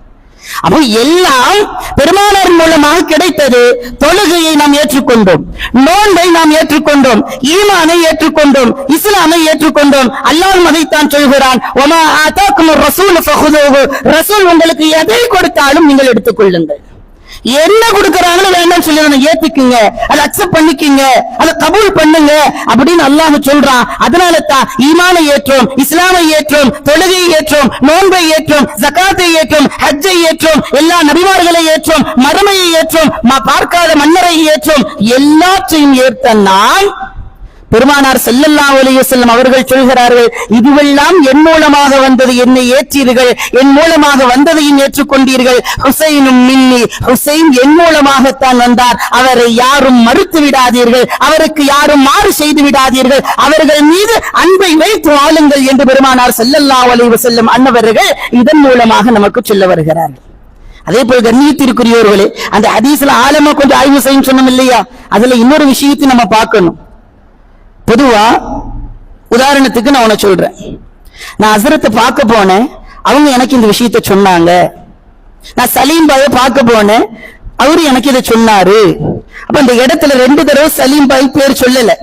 ஹஸ்ரத்தை பார்க்க போன அவங்க சொன்னாங்க, ஏன்னா ஹஸ்ரத்துங்கிற வார்த்தை முன்னாடி வந்துருச்சு. இப்ப யாரு சொல்றதாக அவங்க விளங்கிப்பாங்க, ஹஸ்ரத் சொன்னதாத்தான் விளங்கிப்பாங்க. அப்ப அந்த இடத்துல 2 பேர் தேவையில்லை இல்லைங்களா? When I meet president of this masjid, he said to me, இந்த பள்ளியினுடைய தலைவரை நான் சந்திக்க போனேன், அவர் என்கிட்ட சொன்னாரு. இந்த ப்ரொனவுன் தான் நம்ம யூஸ் பண்ணுவோம், தேர்ட் பர்சன் தான் நம்ம யூஸ் பண்ணுவோம், நவுன் நாங்க யூஸ் பண்ண மாட்டோம் இல்லையா? அதே போல் ரசூல் ஸல்லல்லாஹு அலைஹி வஸல்லம் என்ன சொல்றாங்க, ஹுசைனும் மின்னி வ அன மினல் ஹுசைன் அஹப்பல்லாஹு மன் அஹப்ப ஹுசைனா. இந்த இடத்துல எங்கேயுமே அந்த ப்ரொனவுனை யூஸ் பண்ணவே இல்லை. ஹுசைனும் மின்னி வ அன மின்ஹு சொல்லல, அஹப்பல்லாஹு மன் அஹப்பஹு சொல்லல. வேற ஹதீசுகள்ல இடம் பெற்றிருக்கு. ஆனா இந்த ஹதீஸை யோசிச்சு பாருங்க, ரசூலுல்லாஹ் எவ்வளவு அழகாக பயன்படுத்தி இருக்கிறார்கள். இந்த இடத்துல பிரதிபெயர் சொல்லை பொன்னோன ரசூலுல்லாஹ் பயன்படுத்தவே இல்லை. அரபியில உருதுவில் ஜமாயிரும் சொல்லுவாங்க, அதை அங்க பயன்படுத்தவே இல்லை. மீண்டும் மீண்டும் ஹுசைன் ரலியல்லாஹு தஆலா அன்ஹு அவர்களுடைய பெயரை திரும்ப திரும்ப சொல்கிறார்கள் என்றால், வேறொரு ஹதீஸில் பெருமானார் சொல்லுவார்கள், மன் அஹப்ப ஷைஅன் அக்ஸர ذிக்ரஹு, யார் ஒரு பொருளை அளவுக்கு அதிகமாக விரும்புகிறார்களோ அதனுடைய பெயரை பற்றி திக்ர் செய்து கொண்டே இருப்பார், கூறிக்கொண்டே இருப்பார். அல்லாஹ்வை விரும்பினால் அல்லாஹ்வுடைய திக்ர் வந்து கொண்டே இருக்கும், ரசூலை விரும்பினால் ரசூலுடைய திக்ர் வந்து கொண்டே இருக்கும். அஸரிலும் கூட யா கௌஸ் யா முஹீத்தீன் அப்துல் காதிர் ஜீலானி என்ற திக்ர் ஓதப்பட்டதல்லவா, அவர்களை நாம் விரும்பினோம், அதனால் அவருடைய திக்ர் வந்தது. எனவே நாயகம் ஸல்லல்லாஹு அலைஹி வஸல்லம் அவர்கள் எல்லாவற்றையும் விட ஹுசைன் ரலியல்லாஹு தஆலா அன்ஹு அவர்களை விரும்பினார்கள், அதனால் அவர்களுடைய பெயரை திரும்ப திரும்ப சொல்கிறார்கள். எனவே நீங்களும் அப்படி ஹுசைன் ரலியல்லாஹு தஆலா அவர்களுடைய பெயரை அதிகமாக நினைவு கூறுங்கள், யா ஹுசைன் என்று சொல்லுங்கள். இந்த உலகிலும் உங்களுக்கு வெற்றி, நாளை மறுமையிலும் வெற்றி என்று பெருமானார் ஸல்லல்லாஹு அலைஹி வஸல்லம் அவர்கள் சொல்லுவார்கள். கண்ணியத்திற்குரியவர்களே, நிறைவாக ஒரு ஹதீஸ், அதற்கு பிறகு கர்பலாவை பற்றி நாம் பேசுவோம். நாயகம் ஸல்லல்லாஹு அலைஹி வஸல்லம் அன்னவர்கள் சொன்னார்கள், ஹாதானி இப்னாய் வ இப்னா இப்னதி, இந்த 2 பேரும் என் பிள்ளைங்க. யார்? ஹசன் ரலியல்லாஹு அவங்களை இப்ப கையில பிடிச்சுக்கிட்டு சொல்றாங்க, இந்த 2 பேரும் என் மகன். எந்த இடத்தையும் பேர பிள்ளைன்னு சொல்லவே இல்லை. ஹஃபீதுன்னு அர்த்தம், பேர பிள்ளைக்கு அரபில் அப்படிதான் ஹஸ்ரத். ஹஃபீதுங்கிற ஒரு வார்த்தையை தான் பயன்படுத்துவாங்க. ஆனா ரசூலுல்லாஹ் ஹஃபீதுங்கிற வார்த்தையை எங்கேயுமே சொல்லல. இப்னி இப்னாய், என் மகன், என் பிள்ளை அப்படிதான் சொன்னாங்க. அந்த மாதிரி ரசூலுல்லாஹ் 2 பேருமே என் பிள்ளை, என் மகளுடைய பிள்ளைகள்.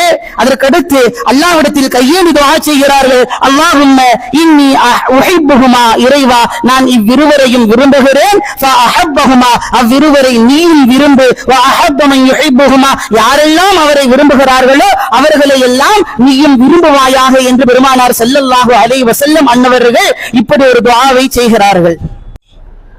ஆக கண்ணியத்திற்குரியவர்களே, பெருமானார் ஸல்லல்லாஹு அலைஹி வஸல்லம் அன்னவர்கள் துஆ செய்தது, யார் இவ்விருவரை விரும்புகிறார்களோ அவர்களை அல்லாஹ் விரும்புகிறான், இறைவா நீயும் அவர்களை விரும்பு என்று நாயகம் ஸல்லல்லாஹு அலைஹி வஸல்லம் அன்னவர்கள் துஆ செய்தார்கள். பெருமானார் நினைத்தால் இவர்களை விரும்புபவர்களுக்கு உலகத்தை கொடு, உலகத்தில் உள்ளதை கொடு, வசதியை கொடு, வாய்ப்புகளை கொடு எல்லாம் என்று கேட்டிருக்கலாம். ஆனால் நாயகம் ஸல்லல்லாஹு அலைஹி வஸல்லம் அவர்கள் சொன்னது என்ன? யார் இவர்களை விரும்புகிறார்களோ அவர்களுக்கு அல்லாஹ்வினுடைய நேசம் கிடைக்கும், மஹ்பூபே இலாஹியாக ஆகக்கூடிய பாக்கியம் அவருக்கு கிடைக்கிறது. அதனால் தான் கௌசுல் ஆலம் முஹீதீன் அப்துல் காதிர் ஜீலானி ரலியல்லாஹு தஆலா அன்ஹு அவர்கள் கூட மஹ்பூபே சுப்ஹானி, அல்லாஹ்வை சார்ந்தவர்கள், அல்லாஹ்வால் நேசிக்கப்பட்டவர்கள் என்று சொன்னதற்கு காரணம் அஹ்லுல் பைத்துகளே ஹஜ்ரத் ஹுசைன் ரலியல்லாஹு தஆலா அன்ஹு அவர்களை அளவு கடந்து நேசித்த காரணத்தினால் அவர்களுக்கு இவ்வளவு சிறப்பு கிடைத்தது என்பதை நாம் பார்க்க முடிகிறது. ஆக கண்ணியத்திற்குரியவர்களே, இப்படிப்பட்ட ஹஜ்ரத் ஹுசைன் ரலியல்லாஹு தஆலா அன்ஹு அவர்களையும் ஹசன் ரலியல்லாஹு தஆலா அன்ஹு அவர்களையும் கயவர்களால் அவர் இருவரும் கொல்லப்படுகிறார்கள். ஹசன் ரலியல்லாஹு தஆலா அவர்கள் விஷம் கொடுத்து கொல்லப்படுகிறார்கள். ஹுசைன் ரலியல்லாஹு தஆலா அவர்கள் வாளால் வெட்டப்பட்டு கொல்லப்படுகிறார்கள். இதில் கர்பலாவினுடைய வரலாற்றினுடைய ஆரம்பம் என்னவென்றால், பெருமானார் ஸல்லல்லாஹு அலைஹி வஸல்லம் அவர்கள் 30 ஆண்டு காலம் கிலாஃபத்தினுடைய ஆட்சி நடக்கும், மக்களாட்சி நடக்கும் என்று சொன்னார்கள். அதற்கு பிறகு மன்னராட்சியாக மாறும் என்று சொன்னார்கள். அதே போன்று அபூபக்கர், உமர், உஸ்மான், அலி ரலியல்லாஹு தஆலா அன்ஹுமா, அதற்கு பிறகு ஹசன் ரலியல்லாஹு தஆலா அவர்கள் 6 மாத காலம் கிலாஃபத்தினுடைய ஆட்சியில் இருக்கிறார்கள். முஆவியா ரலியல்லாஹு தஆலா அவர்கள் தனக்கு ஆட்சி பொறுப்பு வேண்டும் என்று விரும்புகிறார்கள். அந்த இடத்துல ஏதாவது பிரச்சனை வரும், மக்களுக்கு மத்தியில் சலசலப்பு ஏற்படுங்கிறதுக்காக தங்களுடைய ஆட்சியை ஹசன் ரலியல்லாஹு தஆலா 6 மாத காலத்தில் ரிசைன் பண்ணி அவங்களுக்கு கொடுத்துறாங்க. அதற்கு பிறகு ஹஜ்ரத் முஆவியா ரலியல்லாஹு தஆலா அவர்கள் 20 ஆண்டுகள் அவங்க ஆட்சி செஞ்சுக்கிட்டு இருக்கிறாங்க.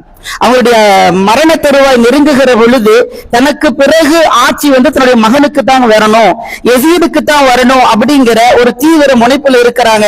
ஆனால் அதையெல்லாம் பெரும்பான்மையான சஹாபாக்கள் எதிர்க்கிறார்கள். குறிப்பாக இமாம் ஹுசைன் ரலியல்லாஹு தஆலா அன்ஹு, அப்துல்லாஹ் பின் ஜுபைர், அப்துல்லாஹ் பின் உமர், அப்துர் ரஹ்மான் பின் அபீ பக்கர் ரலியல்லாஹு தஆலா அன்ஹும் இவங்க எல்லாம் எதிர்ப்பாங்கன்னு தெரிஞ்சதுனால 4 பேர்கிட்டையும் ஃபர்ஸ்ட் போய் முஆவியா ரலியல்லாஹு தஆலா பேசுறாங்க. இந்த மாதிரி எனக்கு பிறகு என்னுடைய மகன் யசீதை ஆட்சியில உட்கார வைக்கலாம் நினைக்கிறேன். 4 பேருமே எதிர்ப்பு தெரிவிக்கிறாங்க. இல்ல அது எப்படி முடியும்? பெருமானார் கிலாஃபத் ஆட்சியை, மக்களாட்சியை தான் அந்த இடத்துல காட்டி இருக்கிறாங்க, குடியாட்சியை தான் காட்டி இருக்கிறாங்க.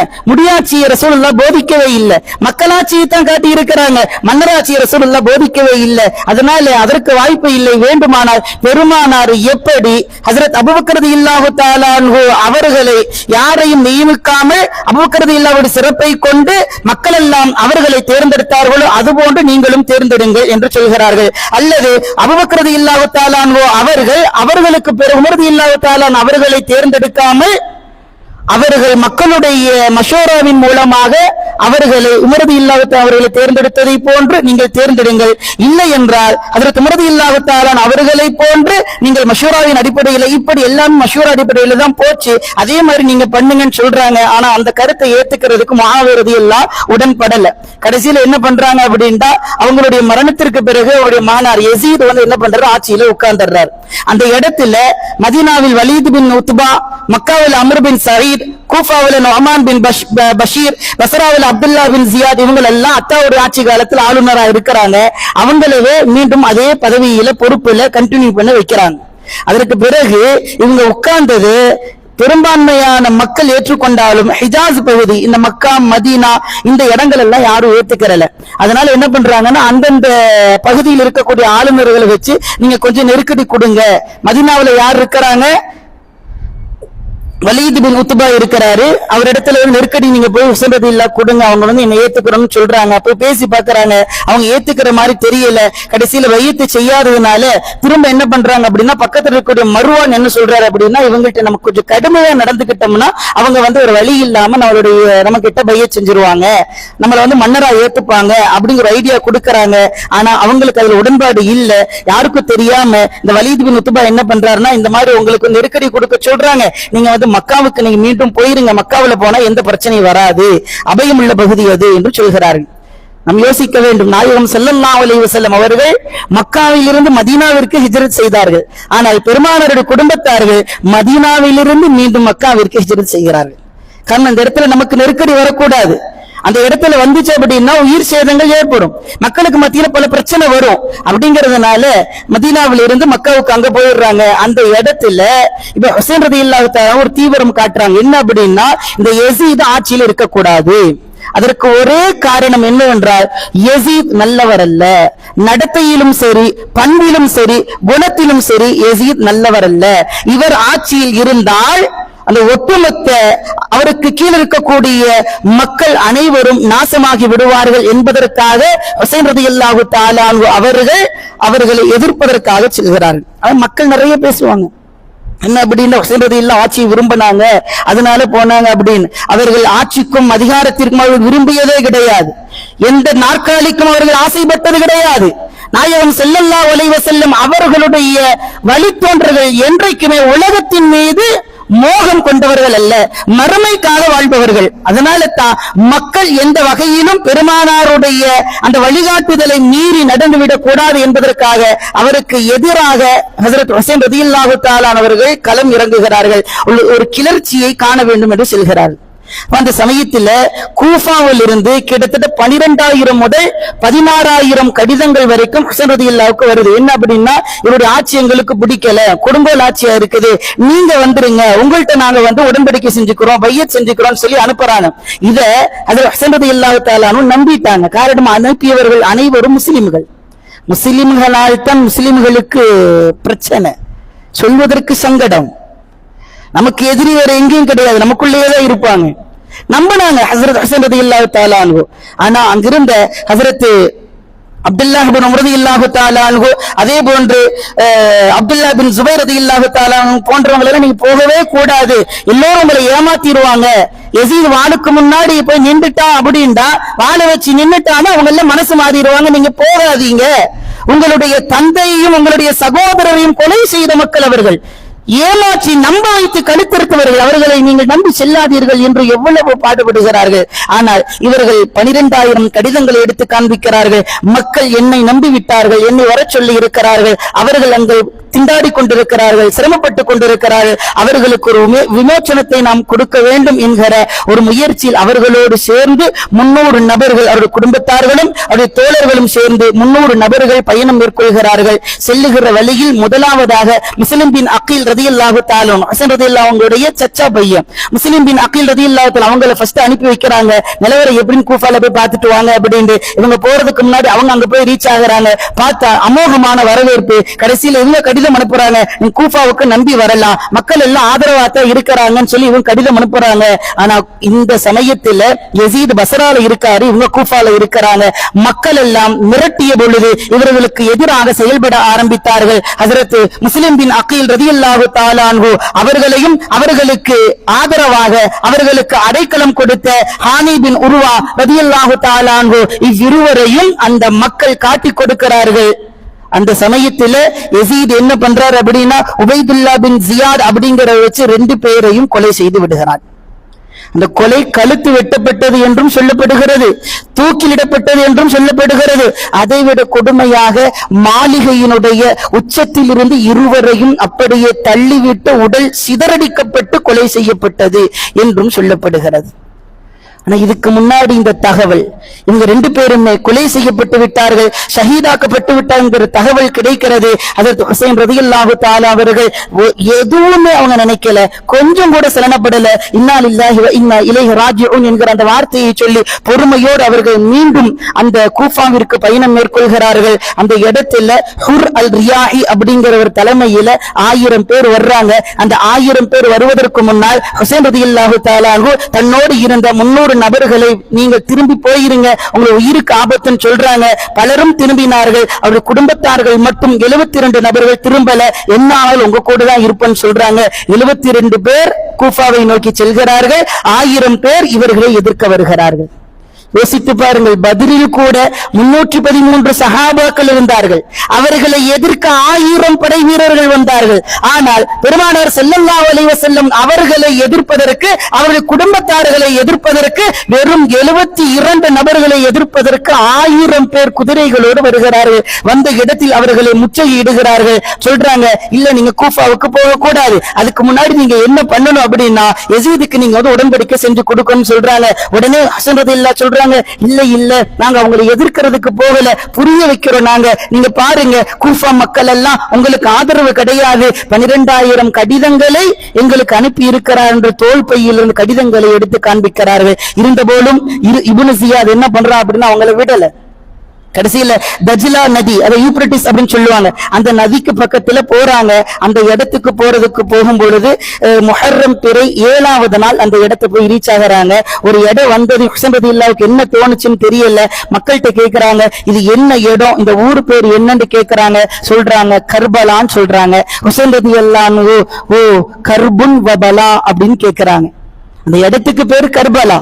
ஆனா ஹுசைன் ரலியல்லாஹு என்ன கேட்கிறாங்க, கர்புன் வபலா, கர்பு அப்படின்னா சோதனை வேதனைன்னு அர்த்தம், பலா அப்படின்னா கஷ்டம் சிரமம்னு அர்த்தம். அப்போ இந்த இடத்துலதான் நமக்கு சோதனையும் வேதனை கஷ்டம் வரப்போகுதா, இங்கேயே டென்ட் போடுங்கன்னு சொல்றாங்க. 72 பேரும் அந்த இடத்துல டென்ட் போடுறாங்க. அதற்கு இடையில 1000 பேர்களுக்கு பக்கபலமாக இருப்பதற்கு மீண்டும் 4000 நபர்களை இப்னு ஜியாதினுடைய தலைமைக்கு அனுப்பி வைக்கிறான் யசீத். 4000 பேர் வர்றாங்க. யோசிச்சு பாருங்க, 72 பேர் எதிர்ப்பதற்கு மொத்தம் 5000 நபர்கள், அனைவரும் இஸ்லாமிய பெயர்களோடு வாழ்ந்தவர்கள். அல்லாஹு அக்பர். முனாஃபிகீன்கள் 5000 நபர்கள் அவர்கள் எதிர்க்க வருகிறார்கள். வந்த பொழுது எவ்வளவோ பேசி பார்க்கிறாங்க, நாங்க போர் செய்ய வரல, சண்டை போட வரல, எங்களுக்கு பதவி வேண்டாம், நான் அந்த யசீதிட்ட போய் பேசுறேன், மக்கள் உங்களை விரும்பல, நல்ல ஆட்சி வேணும்னு விரும்புறாங்க, அதனால அதற்காக உண்டான என்ன காரியமோ அதை நாம் பார்ப்போம் என்று பேசலாம் என்று சொல்கிறார்கள். ஆனால் அந்த இப்னு ஜியாத் விடுற மாதிரி தெரியல. அங்க என்ன பண்றா அப்படின்னா, அது கிடையில அந்த யசீதினுடைய தலைமையில் ஒரு தளபதி சொல்றாரு, நமக்கு ஒரு கடிதம் வந்துச்சு, இவங்களை இந்த கர்பலாங்கிற இடத்திலேயே அவங்களை உட்கார வைங்க, எங்கேயும் வெளியே விட்டுறாதீங்க, இதற்கு மேல ஒரு அடி எடுத்து வைக்க கூடாது, அந்த நதி முழுவதும் பாதுகாப்பு போட்டுருங்க, 1 மீட்டர் தண்ணீர் கூட அவருக்கு கிடைக்க கூடாது, உணவு கிடைப்பதற்கான வழிவகை செய்யக்கூடாது என்று அத்தனையும் தடை செய்து விடுகிறார்கள். அதையும் எதிர்த்து பசிபட்டினியோடு போராடுகிறார்கள். முதலாவதாக ஹஜ்ரத் அலி அக்பர் ரலியல்லாஹு தஆலா அன்ஹு போர்க்களத்தில் இறங்குகிறார்கள். ஹஜ்ரத் ஹுசைன் ரலியல்லாஹு தஆலா அன்ஹு அவர்களுடைய முதன் மகனார் என்றும் சொல்லப்படுகிறது. ஹசன் ரலியல்லாஹு தஆலா அன்ஹு அவர்களுடைய மகனார் என்றும் சொல்லப்படுகிறது.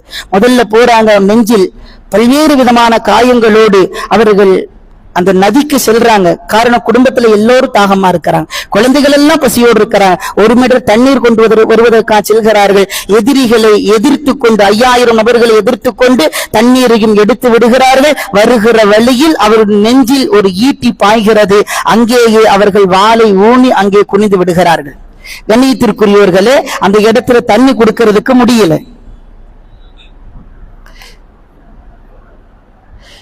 தண்ணீர் கொடுப்பதற்கான வழிவகை அங்கு இல்ல.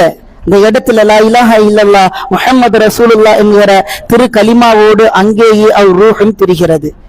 ஹுசைன் ரலியல்லாஹு தஆலா அவர்கள் அழுது கொண்டு வேகமாக சென்று ஹஜ்ரத் அலி அக்பர் ரலியல்லாஹு தஆலா அன்ஹு அவர்களை மடியில் ஏந்தி அமர்ந்திருக்கிறார்கள். அதற்கிடையில் ரஅனா ரலியல்லாஹு தஆலா அன்ஹு வருகிறார்கள். இவர்கள் யார் என்றால் ஹஜ்ரத் ஹுசைன் ரலியல்லாஹு தஆலா அன்ஹு அவர்களுடைய சகோதரருடைய மகன். வர்றாங்க, சச்சா யாரு போனா என்ன, நான் உங்களுக்கு பக்கபலமா இருப்பேன்னு சொல்லி அவர்கள் மடியில் தன்னுடைய சகோதரர் அலி அக்பர் அவர்கள் விழுந்து கிடக்கிறார்கள்.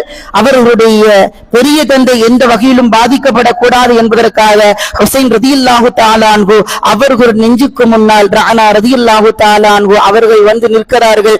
கிட்டத்தட்ட 34 to 36 அம்புகள் வரைக்கும் அவர்களுடைய நெஞ்சில் அவர்கள் தாங்கிக் கொள்கிறார்கள். அல்லாஹு அக்பர், அல்லாஹு அக்பர்.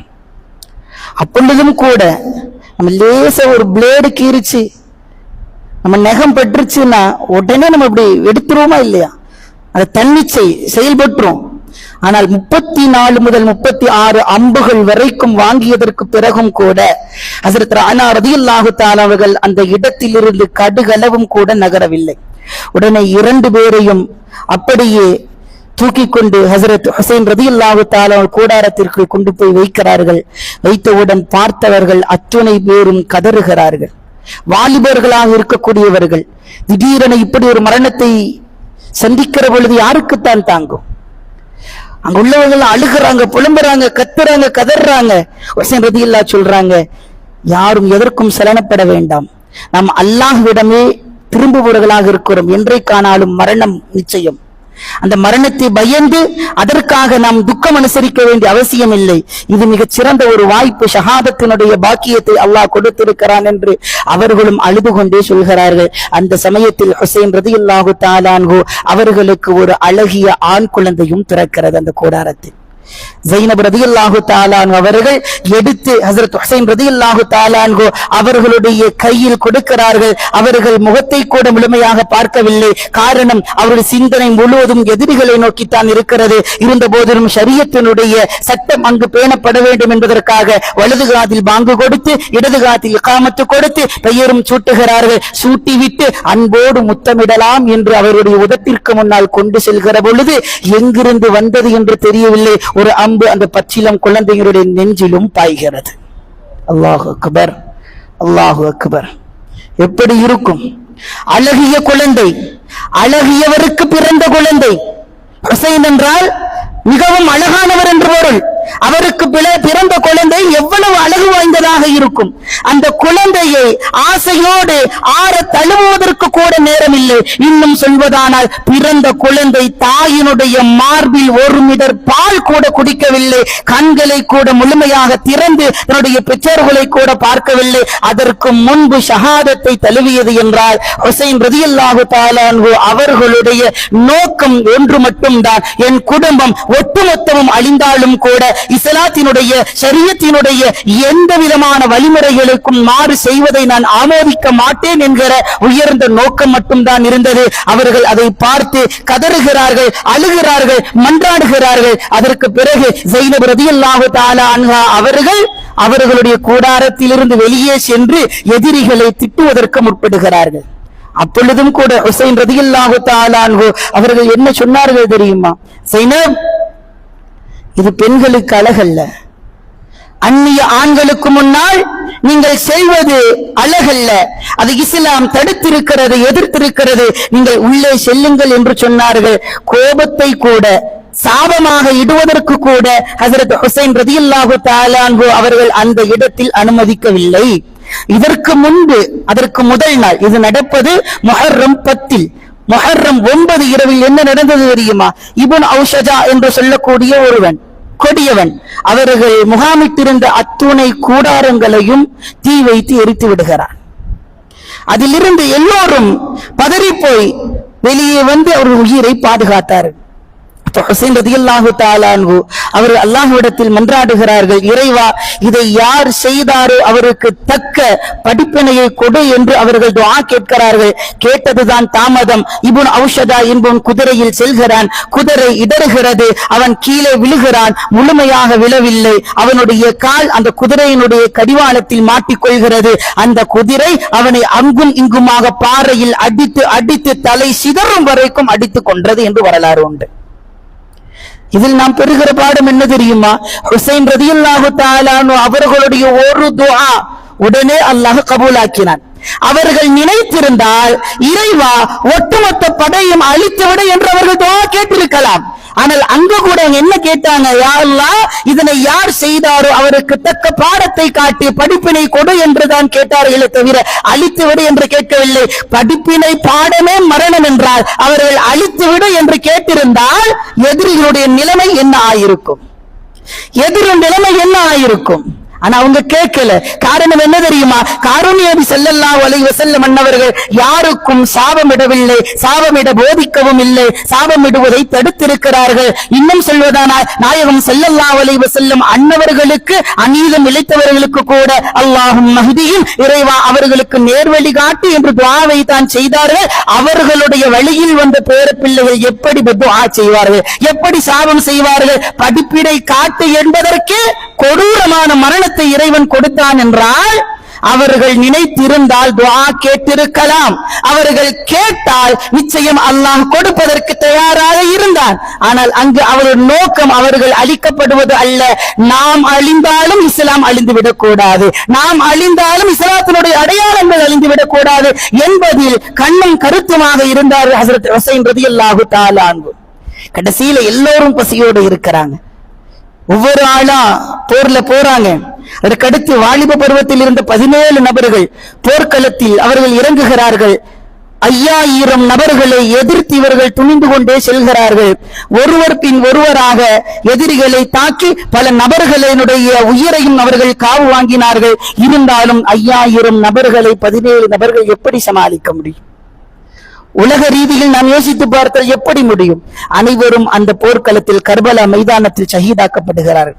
கடைசியில ஹஜ்ரத் ஹுசைன் ரலியல்லாஹு தஆலா அன்ஹு அவர்களுடைய குழந்தை, 6 மாத குழந்தை அலி அஸ்கர் என்று சொல்லப்படும். இரண்டாவது குழந்தை ஸைனுல் ஆபிதீன். அவங்களுக்கு உடம்பு சுகம் இல்லாம இருந்ததுனால அவங்க போருக்கு அந்த இடத்துல போர்க்களத்துக்குள்ள வரல. இல்லன்னா அவங்களும் வந்திருப்பாங்க.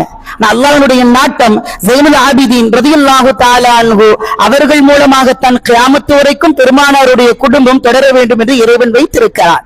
அந்த விதி யாராலும் மாற்றப்படாது. அதனால் அவர்கள் பாதுகாக்கப்படுகிறார்கள். அந்த இடத்தில் அலி அஸ்கர் 6 மாத குழந்தை பசிக்கு அழுகிறது, கதறுகிறது.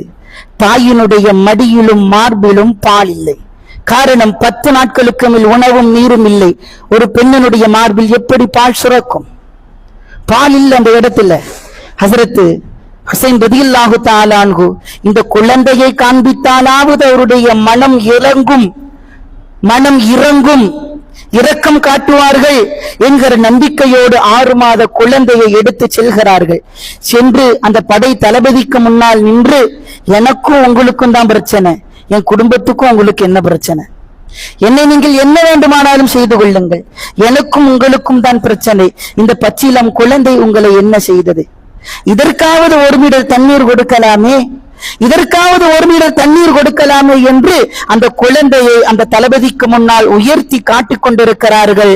படையில் இருந்த ஒரு கயவன் நேராக அந்த குழந்தையை நோக்கி அம்பை எரிகிறான். அந்த அம்பு நேரடியாக வந்து ஹஸரத் அலி அஸ்கர் ரலியல்லாஹு தஆலா அன்ஹு அவருடைய தொண்டை குழியில் பாய்ந்து விடுகிறது. அல்லாஹு அக்பர். பசியோடு தாகத்தோடு உணவையும் பாலையும் நீரையும் எதிர்பார்த்திருந்த அந்த குழந்தையினுடைய தொண்டை, வறண்டு போன தொண்டைக்கு இறைவன் கொடுத்தது என்ன தெரியுமா? தியாகம் என்கிற ரத்தத்தின் மூலமாக அந்த தொண்டையை நினைத்து காட்டினான். அந்த பசியையும் அந்த குழந்தையின் மீது இரக்கமும் அந்த கயவர்களுக்கு வரவில்லை.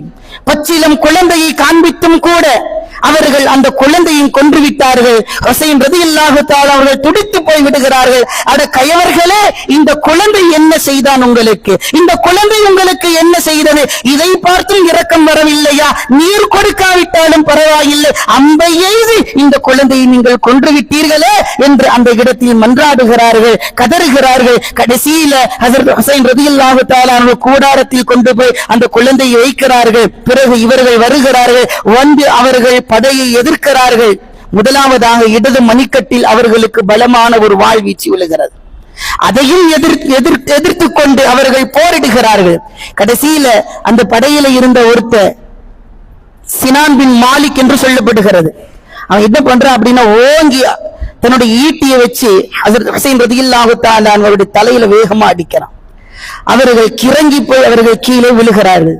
விழுந்தவுடன் அவர்களுடைய நெஞ்சிலும் முதுகிலும் பல்வேறு இடங்களில் இருந்து 5000 நபர்களிடம் இருந்து அவர்கள் செத்து மடிந்தார்களை தவிர மீதம் உண்டானவர்களிடம் இருந்து அம்புகள் விரைவாக பாய்ந்து கொண்டே இருக்கிறது. அவருடைய உடம்பு முழுவதும் அம்புகளால் தைக்கப்பட்டிருக்கிறது, சல்லடையாக ஆக்கப்பட்டிருக்கிறது. கண்ணியத்திற்குரியவர்களே, துடித்து சஜிதாவிலே இருக்கிறார்கள். சினான் பின் மாலிக் என்று சொல்லப்படுகிற அவன் இறங்கி ஹஸரத் ஹுசைன் ரலியல்லாஹு தஆலா அன்ஹு அவர்களுடைய கழுத்தை அறுத்தெடுக்கிறான். தலையை தனியாக எடுத்தான். கயவர்களுக்கு அப்பொழுதும் கூட ஆத்திரம் அடங்கவில்லையே. யார் அவர்கள்? அண்ணல் பெருமானார் ஸல்லல்லாஹு அலைஹி வஸல்லம் அவர்களுடைய குடும்பம் அல்லவா, அவருடைய பேரை அல்லவா? எந்த கழுத்தில் முத்தமிட்டார்களோ, பெருமானாருடைய புனித உதடுபட்டதோ அந்த கழுத்தை அறுத்தெடுக்கிறான். எடுத்ததற்கு பிறகும் ஆத்திரம் அடங்கவில்லை. அம்பில் அவனுடைய ஹஸரத் ஹுசைன் ரலியல்லாஹு தஆலா அன்ஹு அவருடைய தலையை மாட்டிக்கொண்டு பஸ்ராவிற்கு எடுத்து செல்கிறான். செல்லுகிற வழியெல்லாம் ஹஸரத் ஹுசைன் ரலியல்லாஹு தஆலா அன்ஹு அவர்களுடைய உதட்டில் குச்சியை வைத்து அந்த எதிரிகள் அடித்துக் கொண்டே வந்தார்கள் என்று சொல்லப்படுகிறது. இதனை பார்த்த சஹாபாக்கள் எல்லாம் துடித்து போய் கேட்டார்களாம், அவர்களை கொன்றும் கூட, தலையை தனியாக எடுத்தும் கூட உங்களுடைய ஆத்திரம் அடங்கவில்லையா? அதிகார மோகம் உங்களுக்கு நீங்கவில்லையா என்று சொல்லி அத்தனை நபர்களும் கதறுகிறார்கள். எந்த உதடு தெரியுமா? எந்த கழுத்து தெரியுமா? இது பெருமானார் முத்தமிட்ட கழுத்து, இது பெருமானாருடைய புனிதமான உதடுபட்ட உதடு, இதை நீங்கள் அடிக்கிறீர்களே என்று எல்லா சஹாபாக்களும் வழியில் இருந்தவர்கள் எல்லாம் துடித்தார்கள், கதறினார்கள், அழுதார்கள் என்று வரலாறு உண்டு. கண்ணியத்திற்குரியவர்களே, இவன் அடித்ததற்கும் ஒரு காரணத்தை வரலாற்று ஆசிரியர்கள் சொல்லுகிறார்கள். தலை துண்டிக்கப்பட்டதற்கு பிறகும் கூட ஹஸரத் ஹுசைன் ரலியல்லாஹு தஆலா அவருடைய உதடு அசைந்து கொண்டே இருந்தது. என்ன அசைவு என்று அவர்கள் சென்று பார்க்கிற பொழுது குர்ஆனுடைய வசனங்களை ஓதிக்கொண்டிருந்தார்கள் என்று வரலாறு பதிவு செய்யும். அல்லாஹ் சொன்னான் அல்லவா, போர் தியாகிகள் என்றைக்கும் மரணித்தவர்கள் அல்ல, அதிலும் தியாகியினுடைய தலைவர் சையீதா ஷபாபி அஹ்லில் ஜன்னா, சொர்க்கத்தினுடைய வாலிபர்களுடைய தலைவர் ஹஜ்ரத் ஹுசைன் ரலியல்லாஹு தஆலா அன்ஹு அவர்கள் எப்படி மரணிப்பார்கள்? இன்றும் வாழ்ந்து கொண்டுதான் இருக்கிறார்கள். கிதாபுகளில் பதிவு செய்யப்படும் அரபு உலகத்தில் இந்த இருவருக்கும் முதலாக ஹசன் ஹுசைன் என்று பெயர் வைக்கப்பட்டது. அதுவரைக்கும் அரபு உலகத்தில் யாருக்கும் அந்த பெயர் கிடையாது. அவர்கள் அப்பொழுது முதல் இன்று வரைக்கும் அவர்கள் வாழ்ந்து கொண்டுதான் இருக்கிறார்கள். அதற்கு பிறகு அவர்களுக்கு பிறகு பெயர் வைக்கப்பட்டதற்கு பிறகு ஒவ்வொருவருடைய குடும்பத்திலும் ஒரு ஹசன் வாழ்ந்து கொண்டுதான் இருக்கிறார், ஒரு ஹசன் வாழ்ந்து கொண்டுதான் இருக்கிறார். எனவே நாயகம் ஸல்லல்லாஹு அலைஹி வஸல்லம் அன்னவர்களுடைய பேர பிள்ளைகள் ஹயாத் உள்ளவர்கள், ஹயாத்தோடு தான் வாழ்ந்து கொண்டிருக்கிறார்கள். அவர்களை நேசிப்பது நம் மீது தார்மீக கடமை. அவர்களுடைய அன்பு நம்முடைய மனதில் குடிய வைத்துக் கொள்வது நம் மீது தார்மீக கடமை. அவர்களை நினைப்பது நம் மீது கடமை.